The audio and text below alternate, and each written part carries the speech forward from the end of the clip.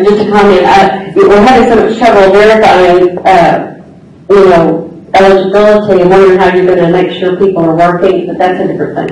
Okay, what I want to know is DHS, we have uncovered the task force and you've hired millions, 100 probably 30 million, 100 million, whatever, of wasted money.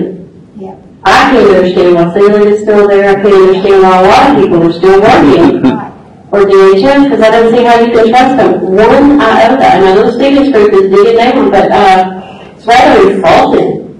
I think for us, I've gone to the healthcare task force meetings, not a lot, some. I know yours was on this morning, I went on to it, but that's what I want to know. What's going to happen to them? I want to speak what I think is, and I cannot speak on behalf of the governor, but if I was the governor, this is what I'd be doing. You can either have a 9/11 event, or you can put the scaffolding up and bring it down in an organized manner. And what I really think is happening is that there are people who are being put into place at key positions so that when people have to be removed from their position, you have people that are competent in order to be able to make sure that the essential services continue.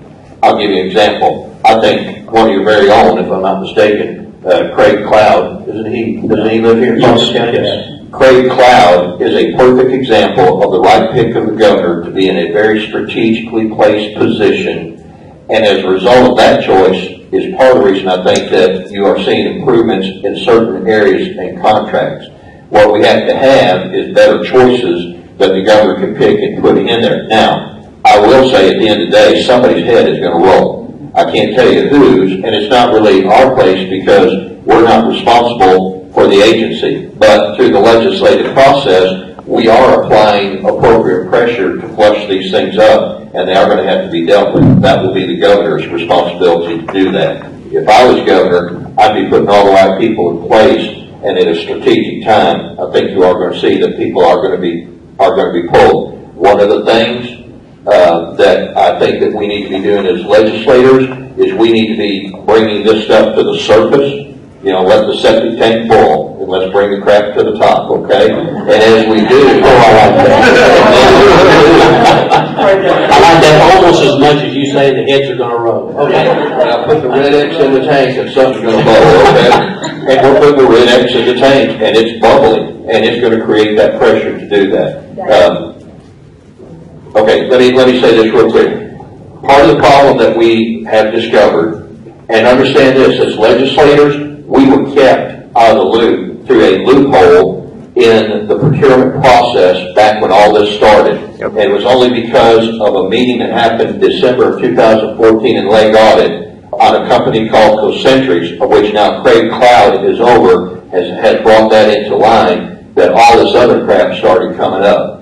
And once it started falling up, and it was December 16th, 2014, because we were in the meeting, and I remember it happening. But as a result of all that, all this other has happened in 6 months.